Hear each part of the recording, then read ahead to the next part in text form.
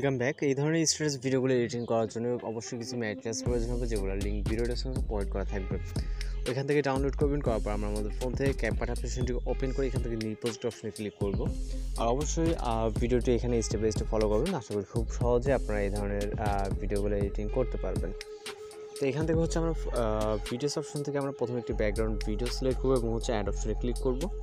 এরপর এখান থেকে আমরা এন্ডিংটা যতটুকু রাখতে চাই 10-12 সেকেন্ড বা যতটুকু প্রয়োজন ততটুকু রাখবো এবং ওই পজিশনে গিয়ে টাইমলাইনটিকে স্প্লিট করে রাইট সাইড অংশও ডিলিট করে দিব। তারপর চলে যাবে স্টার্ট পজিশনে। আপনি অবশ্যই ফরম্যাটটা অর্থাৎ রেশিওটা 60 যেটা করে নেবেন। আমাদের যেহেতু পারফেক্ট আছে, আমাদের এটা জুম ইন বা জুম আউট করার প্রয়োজন নেই।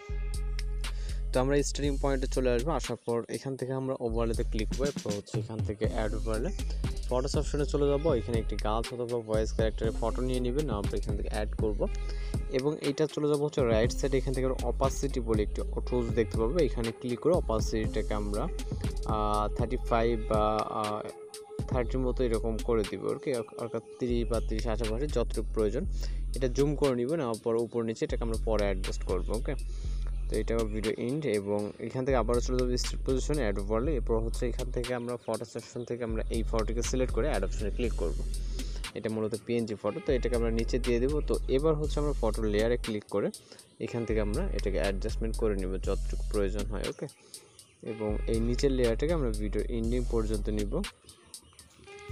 চলে যাবো আবার স্টার্ট পজিশনে, যাওয়ার পর এখান থেকে অ্যাড ওভারলে এবং হচ্ছে ফটোস অপশন থেকে একটি ভয়েস ক্যারেক্টারের ফটো সিলেক্ট করব, এরপর অ্যাড অপশনে ক্লিক করবো। ওকে, এবং এই ফটোর ব্যাকগ্রাউন্ড রিমুভ করার জন্য আমরা চলে যাবো রাইট সাইডে কাট আউট অপশনে। এখান থেকে রিমুভ ব্যাকগ্রাউন্ডে ক্লিক করলে আমাদের ব্যাকগ্রাউন্ড রিমুভ হয়ে যাবে।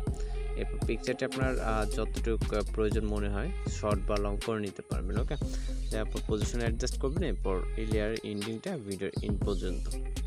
ওকে, তো এবার হচ্ছে আমরা এখান থেকে আমরা আবারও অ্যাড ওভারলেতে ক্লিক করবো এবং হচ্ছে ফটোস অপশন থেকে একটি ফটো নিব, পিএনজি শ্যাডো ফটো। এটাকে আমরা ফুল ফ্রেম করবো এবং এটা নিচে দিয়ে দেবো এইভাবে। ওকে, এভাবে নিচে এটাকে ফুল ফ্রেম করে নিব।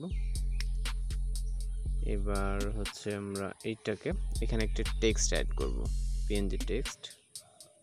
তো এটা এন্ডিং এবং পিএনজি টেক্সট অ্যাড করার জন্য অ্যাড ওভারলে ফটোস অপশন থেকে একটি ফটো সিলেক্ট করে এখান থেকে অ্যাড করে নিব এটাও, এবং এটা আমরা এই পজিশনে দিয়ে দিব। ভিডিওর এন্ডিংটা থাকবে এই পর্যন্ত, এন্ডিং যতটুকু লেয়ার। তো আবারও চলে যাবে স্টার্ট পজিশনে, যাওয়ার পর এখান থেকে আমরা আবারও সেমভাবে অ্যাড ওভারলে এবং ভিডিওস অপশনে যাবো। এবার একটি ওভারলে ভিডিও সিলেক্ট করবো এবং অ্যাড অপশন আমরা ভিডিওটাকে ফুল ফ্রেম করবো, ব্লেন্ড অপশন। তারপর এখান থেকে আমরা ফিল্টার অপশনটাকে সিলেক্ট করে ভিডিওর এন্ডিংটা বরাবরের মতো অ্যাডজাস্টমেন্ট করে নিব। ওকে, এক্সট্রা অংশ ডিলিট। চলে যাবে স্টার্ট পজিশনে, যাওয়ার পর এখান থেকে একটা মিউজিক অ্যাড করার জন্য অ্যাড অডিও। তারপর এখান থেকে আমরা সাউন্ডসে ক্লিক করব, এরপর হচ্ছে এখান থেকে ফাইল আইকনটাকে ক্লিক করব, ফাইল আইকন। তারপর হচ্ছে এখান থেকে ফ্রম ডিভাইস এবং এইখান থেকে মিউজিকটিকে সিলেক্ট করব। ওকে, তো মিউজিকটি অবশ্যই আমরা স্টার্টিং থেকে আমাদের যতটুকু ভিডিওর লেন্থটা ঠিক ততটুকু রাখবো, স্পেল করে এক্সট্রা অংশগুলো ডিলিট। এখন চাইলে আমরা জাস্ট এতটুকু ভিডিও প্লে করে দিতে পারি। তো এখানে কিন্তু দেখতে পাচ্ছেন একদম পারফেক্ট ভিডিও যেরকমটা আমাদের প্রয়োজন ছিল। আপনি চাইলে পিকচার চেঞ্জিং বা ডিউরেশন কম বেশি করে আপনি আপনার মতো করে করতে পারবেন।